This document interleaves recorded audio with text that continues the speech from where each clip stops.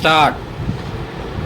अध्यक्ष महाराज, जमीन सपाटीकरण, मृदू संधारण, पाटबंधाऱ्यांच्या कामासाठीचे शेतकऱ्यांच्या नावावर असणारे कर्ज माफ करण्याचा जाहीर केलेला निर्णय स्वागतार्ह आणि समाधानकारक आहे. त्याबाबत मंत्रिमंडळाच्या बैठकीत अजून मंजुरी मिळाली नसली तरी ती मिळेल.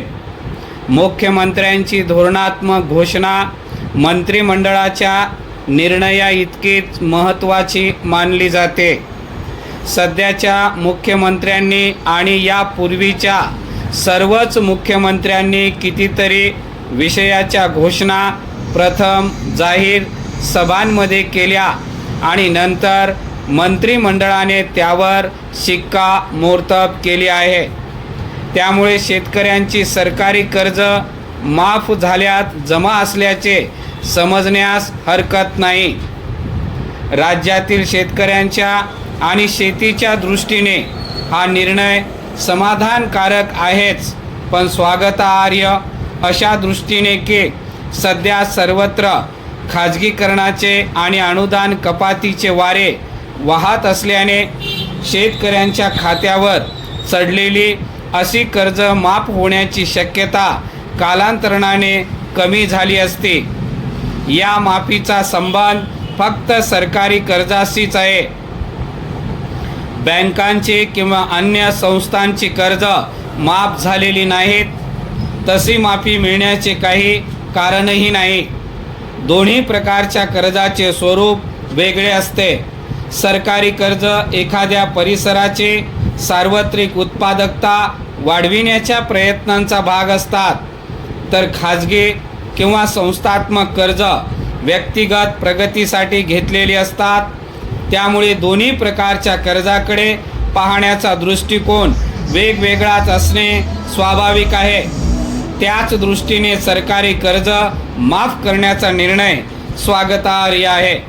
मात्र या पुढील काळात या प्रकारची कामे काढताना त्यात शेतकऱ्यांच्या आर्थिक सहभागाच्या अपेक्षा अवाजवी रीतीने बाळगल्या जाणार नाहीत.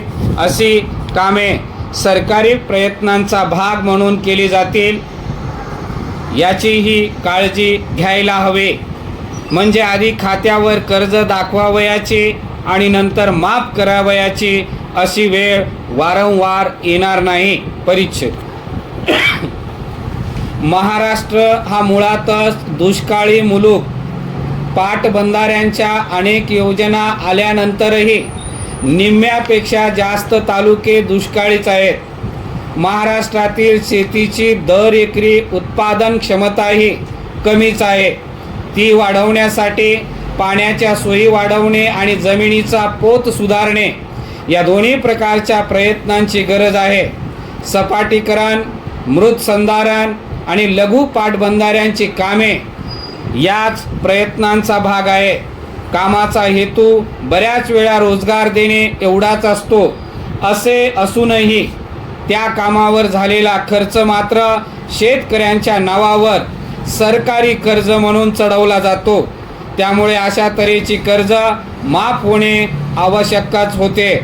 ज्या कामाचा त्या परिसराची उपयुक्तता वाढवण्यास मदत झाली त्या खर्चाचा वाटा शेतकऱ्यांकडून वसूल करणे अवास्तव असल्याने त्या कर्जांना माफी देणे गरजेचेच होते. त्यामुळे हा निर्णय योग्य आहे.